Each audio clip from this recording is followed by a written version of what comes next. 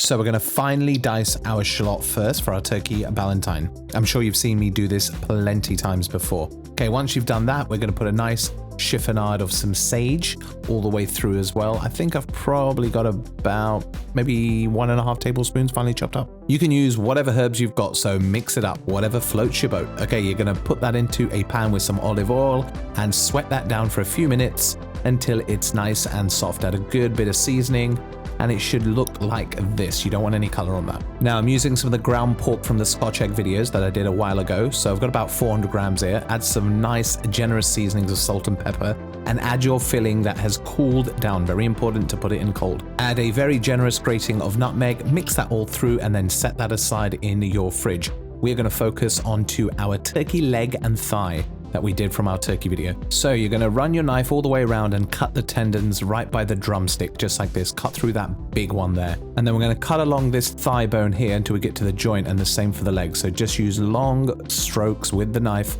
Make sure you get some really nice cuts, get close to the bone as possible, flip it over, run a small knife through, and you can cut that bone out. Pull that thigh bone back, and then we're going to use our knife and scrape down the meat so we can expose the knuckle, and then we're going to go to the leg bone and do the same process. Locate it either side, run your knife along, and make some long, confident strokes. Cut out the leg bone just using a small knife on the other side, just like that. And then you're going to roll this bone back, and you can see the knuckle that's holding everything together. We are just going to cut straight through that, take that off right there. And then you have your bone that's been cut out, the leg and the thigh bone completely attached. Now there's a little bit of cartilage and a little bit of a joint left over right there, so just get a little knife and cut that through. Don't worry if you've got any holes at this stage in the meat there, you can fill that in later when we pound this out. Now we're just going to cut out the tendons of the turkey leg there. There's quite a few of these, so you can pull them out with a plier, but it's much better just to use a small paring knife. Take your time, scrape the bones out, and cut along. Plenty patience. Now at this stage, you can just season this, roll this as is, and it's perfectly fine to use. However, we're going to pound this out a little bit. So put 2 layers of cling film on your surface, check for any little bones, and then we're going to put another layer of cling film over the top, preferably 2, and then get yourself a frying pan or a meat mallet and just tenderize this. All you're trying to do is make it as even as possible. Now at this stage, you can roll this up and you're good to go. But I'm going to take the skin off here because we are going to try and roll this up into a little like sausage. So just pull that back, scrape that off. Now, ideally you would use a lot more skin than this, so this isn't going to cover this fully, but we'll make do the best we can because this is just Christmas after all. We're not going for Michelin stars, right? Now get a pan, pound that out, get your bench scraper, make a rough kind of square, and then we're going to put our filling into this once we've given this a nice little lick of salt and pepper. Then just shape your sausage mixture, put it into the middle. Doesn't need to be absolutely perfect, but get it roughly cylindrical as best as you can. And then we're just going to give this a little shape and then set this aside. Now get some fresh cling film on another surface and then put your skin down. Make sure it's all semi-even as possible. And then we're just going to put this into the middle of this and we're going to use a bench scraper to shape it up. Lift up the cling film from one side and you're just going to roll and tuck this as you go.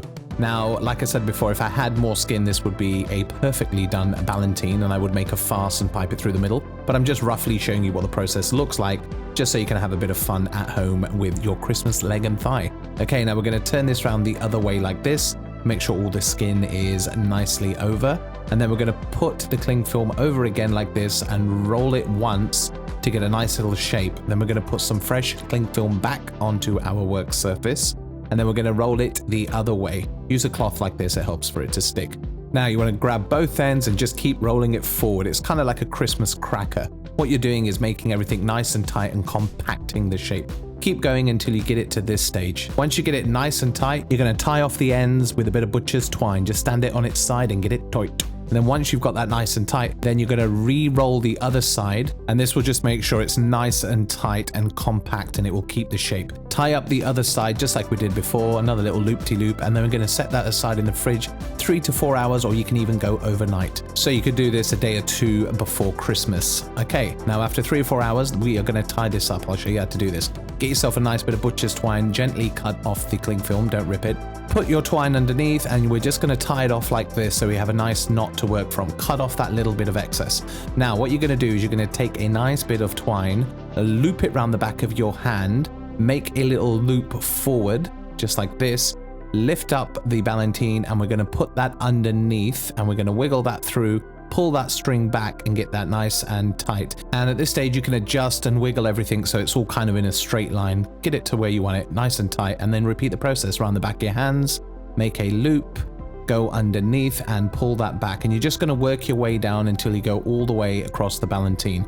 There you go. Once you get faster, you can speed up. Now, when you get to the end, make sure that's tight there. All we're going to do is we're going to measure out a piece of string that's going to go about 10 inches or so above. We're going to flip over our ballantine, take the string there, it looks about 10 inches. Then we're going to take the string and we're going to loop it over and under the other side. If you need to make any adjustments, you can do at this stage because we're pulling everything tight as we go.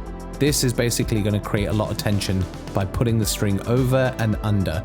This is a great way to make any micro adjustments, anything you need to do, not a problem. Once you get to the end and it's nice and tight, just tie this off to the original knot where we started from. You don't want to tie everything too tight because it might squeeze out the filling, but it's kind of pretty forgiving. Do a nice sort of double knot, cut off the excess, and there you have your ballantine ready, shaped. If you need to make any little adjustments like that, there you go. Absolutely lovely. So we're going to put a bit of olive oil over the top, gently rub that all over, add some salt and pepper, and then we're going to roast this covered with some foil at 275 for about an hour until it gets to 165.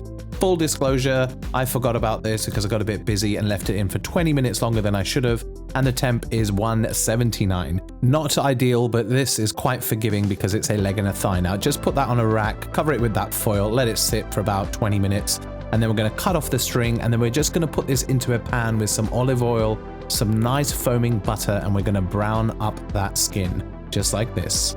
All we're trying to do here is just basically brown the skin now, so it's good to do this in a foaming butter. You don't want to go too hot because it will burn the skin. So take your time, low-medium heat there as you can see, and baste as you go, gently turning as you do. Do not rip the skin. If you rip a little bit here and there, don't worry, it's only Christmas, so do not fret. Have some fun, get a lovely, lovely golden color like this. And then when you are done, we're going to put that onto a rack. And don't forget to pour over all that lovely butter. Let this rest for a second and we are going to cut this. Oh my, look at that. And then just slice this as thick or as thin as you like. I'm going to cut some chunky pieces because I'm going to eat this shortly.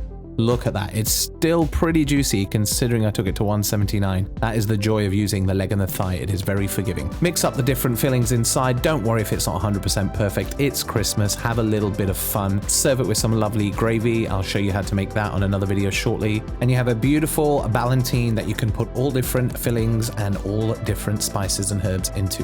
Dig in and enjoy. Merry Christmas, everyone.